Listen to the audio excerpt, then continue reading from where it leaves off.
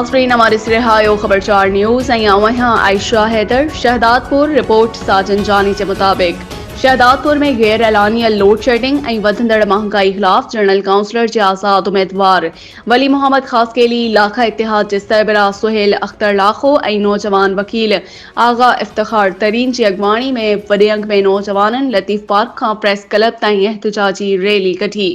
उन्हनि मुज़ाहिरो कंदे चयो आहे त शहदादपुर शहर ऐं आसपास बिजली जी गैर एलानिया लोड शेडिंग सबब कारोबार जिंदगी मफलूज बणिजी वई आहे।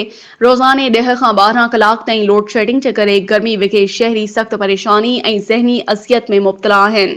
मथां वरी सरकार पेट्रोल बम किराए छॾियो हिकदम 30 रुपया लीटर ते वधाए अवाम खां जीअण जो हक़ खसे रही आहे, जंहिं सां हथरादू महांगाई में इज़ाफ़ो थियो आहे। हुननि हुकूमत खां फौरी तौर बिजली जी गैर एलानिया लोड शेडिंग ऐं हथरादू महांगाई ख़त्म करण जो मुतालबो कयो आहे।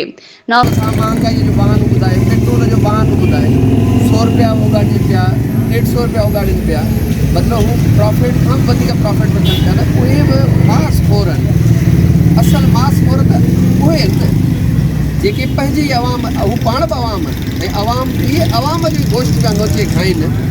अञा वज़ीर आज़म ऐं CM सिंध उहे त परे पिया आहिनि, पर हिते असां ई जेकॾहिं पाण में सभु मुतफ़िक़ थियूं, असांजो AC साहब आहे जेको तालके इंतिज़ामिया आहे। रहो खबरचार न्यूज़ ऐं पढ़ंदा रहो खबरचार अख़बार।